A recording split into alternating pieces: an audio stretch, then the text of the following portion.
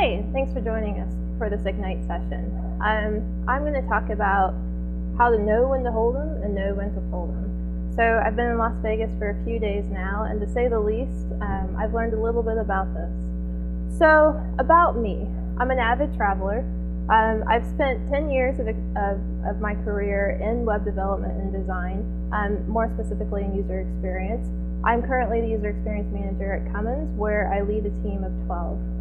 So, 3 topics in 5 minutes. Even the smallest wake-up calls have a big impact. 5 keys to creating user experience success at Cummins, and how to know when to hold them and know when to fold them. So what is Cummins? Well, we're the largest diesel engine manufacturing company in the world. We build big engines, and we have some of the best engineers around. We also are growing, and we're global. So what was that first wake-up call? Well, it was a small change to a product with high visibility, but it triggered demand. It got people thinking. It got them thinking about, hey, maybe we should be doing more of this. Maybe this is the missing piece of the puzzle. So, as luck would have it, we had a perfect storm. We had a new CIO, we had a complete reorganization of our IT department, and we had a little bit of a squeaky user experience wheel, being myself. So with that, we were at the right place at the right time. And this led to an actual user experience department with an actual user experience manager and an actual project. So that's right, we got our first real user experience project. That's not to say there weren't a few challenges.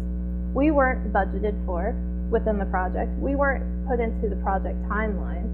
And we didn't necessarily have everything going for us that we probably should have. So how do you know when to walk away and know when to run? Well, to say the least, I bought some running shoes that day. I was ready to run, but there was something that was keeping me back, something that really wanted me to kind of stick with this one. So in summary, the product was crying for user experience help, and it was a redesign project, so it was perfect. I could show the before and after as to what the impact was if user experience was involved. So I didn't run. In fact, we conducted user research, we introduced iterative design and testing, we got the development team hooked on wireframes, and we delivered a redesigned product that is still referenced today for user experience. So 5 keys to creating UX success at Cummins. First, embedded in the existing process. So find a process that is pretty well known, but you can also have a lot of impact on, maybe a product lifecycle process. Select the right projects early, and this is really tough because in the beginning you're just begging for projects. You're trying to sell user experience left and right, but you need that first project to really be a good win. So speak the language of the business. So your dog might be able to look at you this way, but you never really want your clients to be looking at you this way. You need to be able to relate in their language. I can't tell you how many times I've said, well, we design and develop engines in this way, why wouldn't we do it any differently? Be confident and hire people that are better than you. This is tough. You have to be vulnerable, and you have to be willing to say, okay, we need a diverse team, and we need something that's different from myself, otherwise you get more of the same.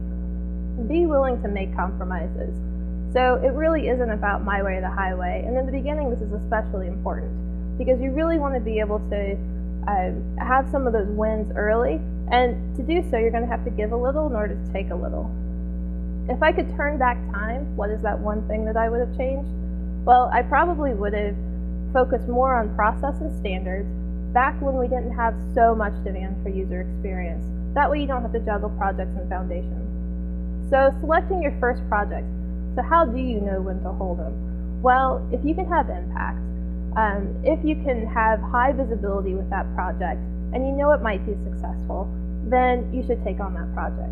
How do you know when to fold them? Well, really and quite honestly, in your gut, if it's not quite feeling right, then you probably shouldn't take on that project. But more specifically, you probably don't want to take on projects that will result in a bad user experience.